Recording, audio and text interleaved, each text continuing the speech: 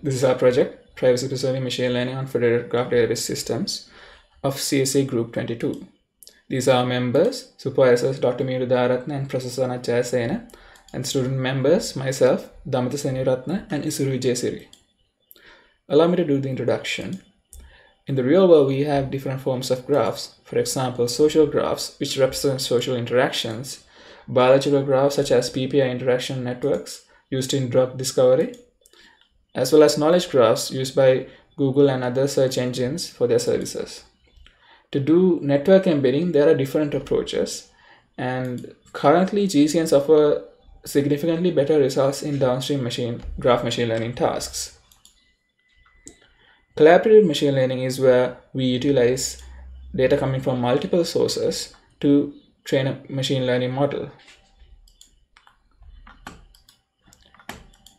So as I explained, we have graph data as well as collaborative machine learning. If we combine the two of these, we have graph collaborative machine learning, where organizations can collaborate. But organizations also want to preserve their data privacy. So there must be a secure mechanism for organizations to do collaborative training. We observe there is a lack of research on this area. So we ask the question, how do we conduct secure collaborative graph machine learning on organizational graph data? Our objectives are as follows. In phase 1, we developed a GCN training mechanism that's distributed and efficient and integrated into Jasmine graph. Our work can be seen in the paper shown below.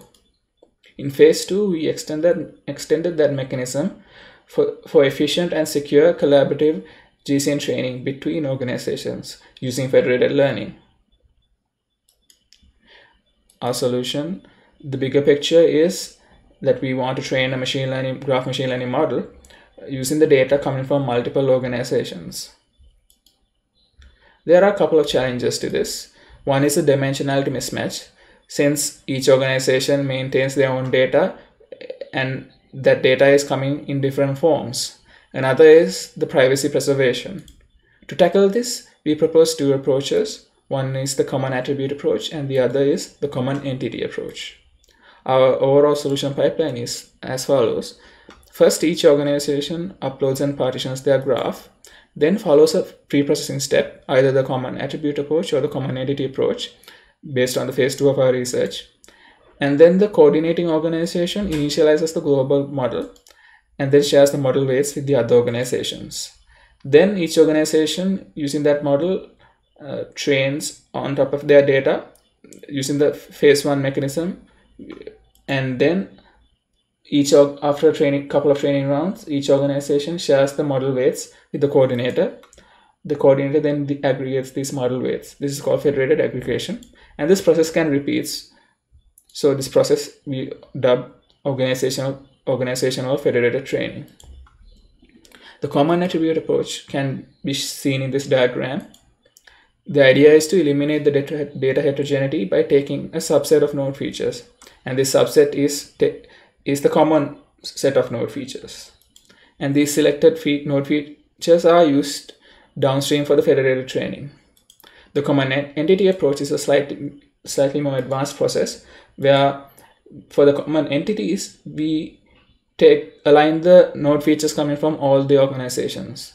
So to do this, we use Bloom filters and a novel distributed mechanism. And this mechanism breaks a large exponential computation into the sum of much smaller quadratic computations, as shown here, where we go from complexity of big O NP, capital NP, to big O simple N squared, where simple N is much smaller than capital N. The common attribute approach is able to utilize all of the data points coming from the organizations, but with the trade-off of not being able to utilize all the node feature information. The common entity approach selects a subset of data points and uses all the node features for those data points. I'll talk about the experiments now. So we used a supervised link classification model as our graph machine learning model, and we created 3 different experiment scenarios.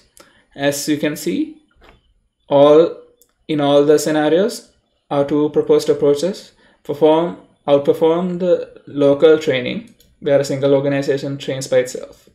Our datasets can be are available in this link. So to conclude, we propose two approaches that achieve better results compared to an organization training by itself.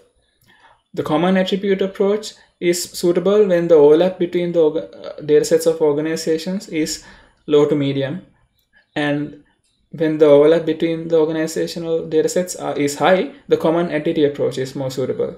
This is because when the overlap is not high, the common entity approach is more prone to overfitting, and with the less number of data points available, the curse of dimensionality comes into play. So that's the end of our video. Thank you.